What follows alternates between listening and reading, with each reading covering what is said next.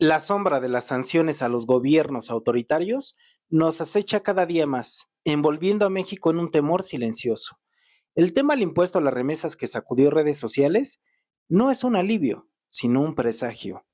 Donald Trump prepara castigos que podrían arrastrarnos al abismo de Cuba o Venezuela, mientras el gobierno acusado de coludirse con el crimen organizado simplemente no atiende o no quiere atender el problema de raíz por miedo, cuando nos debe entregar seguridad. El Estado de Derecho se desmorona y el tiempo se agota.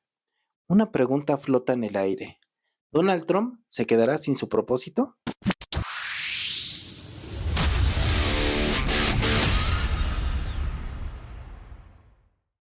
Se les acusa a Pedro Insunza Noriega y a su hijo Pedro Insunza Coronel de terrorismo y narcotráfico. En los documentos del tribunal se les describe como líderes de una de las más grandes y sofisticadas redes de producción de fentanilo en el mundo por parte de la facción Beltrán Leiva del cartel de Sinaloa. El crimen organizado tiene a México atrapado. Sigue rompiendo récords con más de 200,000 muertes desde el año 2018. O sea, un promedio de 85 muertes diarias, a consecuencia de homicidios dolosos, como el mismo caso de Valeria Márquez. Pues los carteles como el de Sinaloa dominan el 30% de nuestro territorio, según la DEA. Esta violencia paraliza la economía y pues nos da una inseguridad con un costo del 7.1% del PIB, según el Instituto de la Economía y la Paz. Pero ahí no termina el drama, es más profundo. El Estado de Derecho está en ruinas. México ocupa el lugar 115 de 142, según el Índice de Estado de Derecho en el año 2024. Y un poder judicial debilitado por las reformas que lo politizan y una percepción de que el crimen está infiltrado en las instituciones de gobierno. Entonces también estamos hablando con la representación de esos países en los Estados Unidos para poder pues presentar ante los congresistas pues que es una medida que es inaceptable. Y vamos a seguir en este esquema. El Senado de la República ya se manifestó. Nosotros les planteamos pues que envíen una comisión del Senado también para hablar con los congresistas de Estados Unidos y varias acciones que vamos a tomar que mañana vamos a platicar un poco más de ello. El anuncio del impuesto a las remesas, aunque rechazado por los republicanos, sigue resonando en todas las redes sociales. La propuesta que habría arrebatado recursos a más de 6.5 millones de hogares dependientes de las remesas, o sea, estamos hablando del 3.7% del PIB, no fue un susto pasajero, es una alarma de que Estados Unidos está harto. Trump acusa al gobierno de Claudia Sheinbaum de estar coludido con el crimen organizado y permitir que el dinero ilícito esté siendo utilizado incluso para campañas políticas y así corrompe el país. El beneplácito personal como líder de la mayoría de la Cámara de Diputados, de que hace unos momentos el Congreso norteamericano, la Cámara de Representantes, rechazó el paquete fiscal del presidente Trump, incluyendo el de las remesas. Así es de que me pareció muy importante, es un primer paso, porque nos asiste la razón social, la razón moral, la razón histórica, y fue muy importante que el Congreso haya rechazado en un primer momento este paquete fiscal del presidente Trump como titular del Poder Ejecutivo. Con las remesas momentáneamente a salvo, Estados Unidos prepara sanciones al estilo de Cuba y Venezuela, pero diseñadas para no violar el TIMEC, pero pueden congelar activos de funcionarios o empresarios ligados al crimen bajo la estipulación de la ley Kingpin Act. ¿Y qué sigue? Pues pueden restringir el acceso de bancos mexicanos al sistema financiero estadounidense o imponer impuestos a la gasolina o al transporte que cruza de Estados Unidos a México.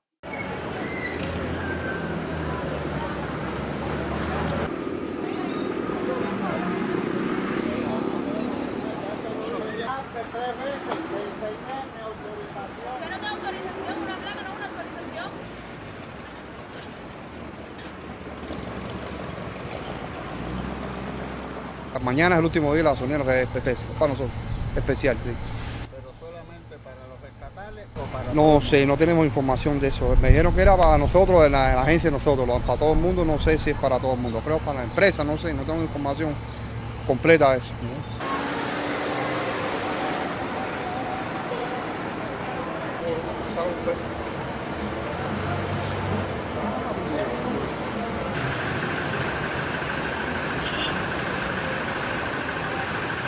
La preocupación de los taxistas que le han dado un parque moderno y la preocupación es qué va a pasar con esa gasolina y el motor de dicho auto. No todos los autos asimilan la gasolina a veces ni la regular. ¿Qué pasará con la regular ahora?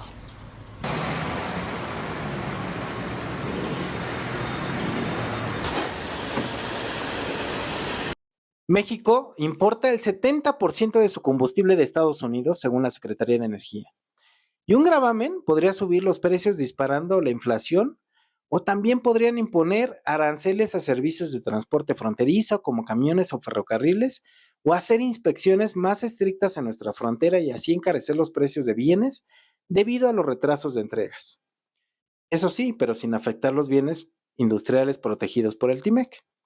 Aún así, estas medidas son muy similares a las que asfixian a Venezuela y nos acercan a un bloqueo suave donde el socialismo ineficaz destruye tu libertad económica. Mientras tanto, el gobierno no quiere enfrentar esta tormenta.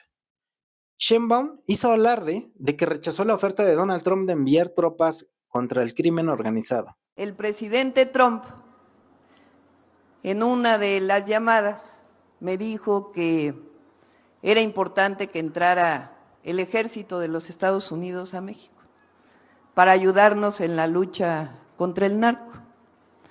Y quiero decir que es verdad, que en algunas de las llamadas, pero no así como lo menciona, dijo: ¿en qué les podemos ayudar para luchar contra el narcotráfico?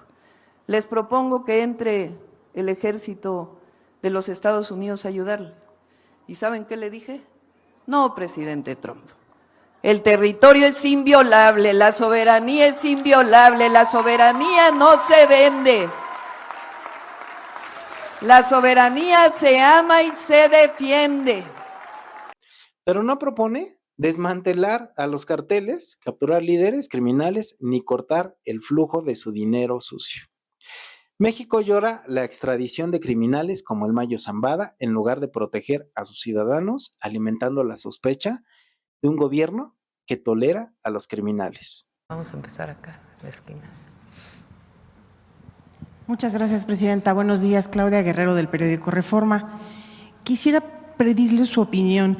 El día de ayer, un asesor jurídico de Ismael El Mayo Zambada entregó en el Consulado de México en Nueva York un escrito en el que solicita la intervención del gobierno mexicano para que pueda ser repatriado al país y seguir aquí su proceso penal. Quisiera conocer su opinión sobre esta solicitud. Sí, en la mañana nos envió el canciller, en efecto fue recibida en el Consulado de Nueva York, creo, esta solicitud. Lo estamos planteando a la Fiscalía General de la República. Ustedes saben que el fiscal ha estado trabajando mucho este tema, porque más allá de el personaje, de la persona que está solicitando, el tema que plantea en la carta, repito, más allá de la persona y sus delitos, porque esa es otra cosa, el asunto es cómo se da esta detención. Entonces, el fiscal tiene ya una carpeta incluso abierta en este sentido, y si les parece, el martes, que es el informe de seguridad, que nos pueda decir cuál es el avance, qué información se le ha pedido al gobierno de los Estados Unidos y qué es lo que procede en este caso. ¿Existe la posibilidad que el gobierno de México interponga una protesta formal por la violación del tratado que impide secuestros transfronterizos, una protesta hacia el gobierno de Estados Unidos? Lo vamos a revisar. Repito, más allá de esta persona y los delitos que haya cometido, el asunto es el derecho de un ciudadano mexicano frente a ser juzgado allá sin haber seguido todo el procedimiento. Supongamos que haya sido otra persona, pero imaginemos otra persona, porque este personaje pues tiene sus delitos y lo que haya cometido en México, tiene sus propias órdenes de aprehensión en México. Pongamos otra persona, un ciudadano cualquiera que es perseguido en Estados Unidos y que se lleva a Estados Unidos sin ninguna participación del gobierno de México. Imaginemos, porque luego supongamos un ciudadano de renombre, cualquiera que éste sea, pero que Estados Unidos dice que tiene un delito. Lo lleva allá y se juzga con pena de muerte. Entonces, sí hay un tema en la carta que está enviando que tiene que ver con la soberanía y el juicio.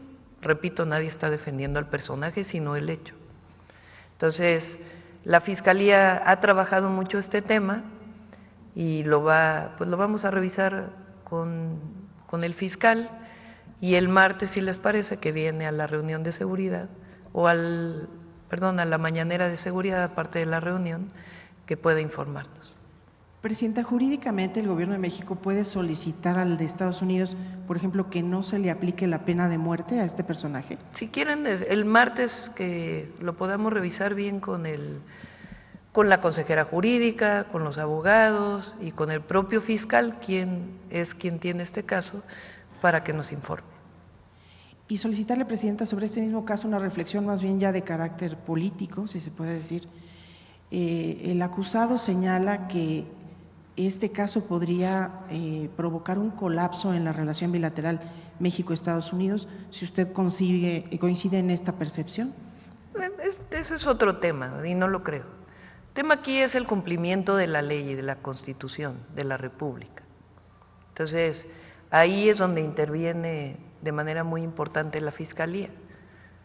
Entonces, vamos si quieren el martes, a que sea el fiscal quien responda a esto, y la reflexión que tenemos que hacer las y los mexicanos sobre un tema tan delicado como este, repito, más allá del personaje.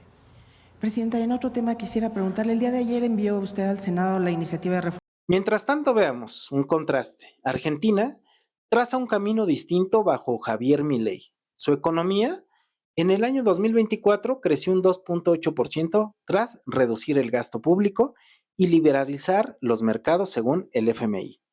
Argentina sí apuesta por su gente, no por los delincuentes. México, en cambio, parece estar atrapado en un laberinto de violencia y silencio. En materia de seguridad, Argentina se ha convertido en un baño de sangre. Los delincuentes caminan libres mientras los argentinos de bien se encierran tras las rejas.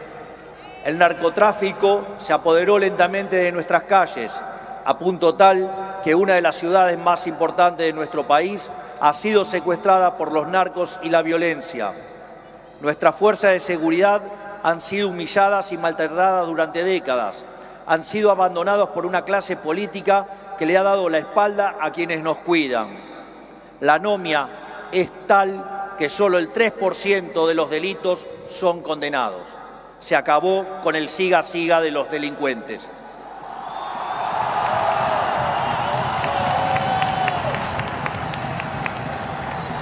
Las sanciones de Estados Unidos pueden ir desde restricciones financieras hasta impuestos a la gasolina y el transporte. Y cada día más se ciernen esas nubes negras en nuestro panorama sin acción y nos acercan más a un destino de aislamiento y pobreza como el de Cuba o Venezuela. Y la solución no está en Washington, sino en un pueblo que con su voz puede exigir justicia, transparencia y un Estado de Derecho que no ceda ante los criminales. Yo creo que no hay gobierno que no pueda eliminar la delincuencia, es absurdo. El Leviatán, el Estado, siempre es más fuerte que cualquier organización criminal. Nosotros lo demostramos, era el país más inseguro del mundo y ahora es el más seguro del hemisferio. Y claro, esa organización criminal de Brasil es mucho más grande, pero también el Estado de Brasil es mucho más grande y fuerte y poderoso que la organización criminal. Y aquí en Latinoamérica controlan sectores grandes de México, controlan sectores grandes de Colombia, controlan sectores grandes de Brasil. Y ¿cómo es posible que una organización criminal se puede agenciar un territorio entero y el gobierno no los puede sacar? Porque están en el gobierno. Por eso. Entonces, definitivamente, pero parte todo porque obviamente solucionar está la teoría y la ejecución. La ejecución tendrá sus complejidades, pero principalmente hay que partir de la teoría, y es que no hay Estado que no pueda eliminar la delincuencia. El eco del impuesto a las remesas retumba como un trueno lejano, pero la tormenta está cada día más cerca. México enfrenta una encrucijada: ceder ante los criminales o construir un futuro de justicia juntos. No olvides ir a votar el 1 de junio, que tenemos una oportunidad de elegir a nuestros juzgadores. Así que nos vemos el próximo video.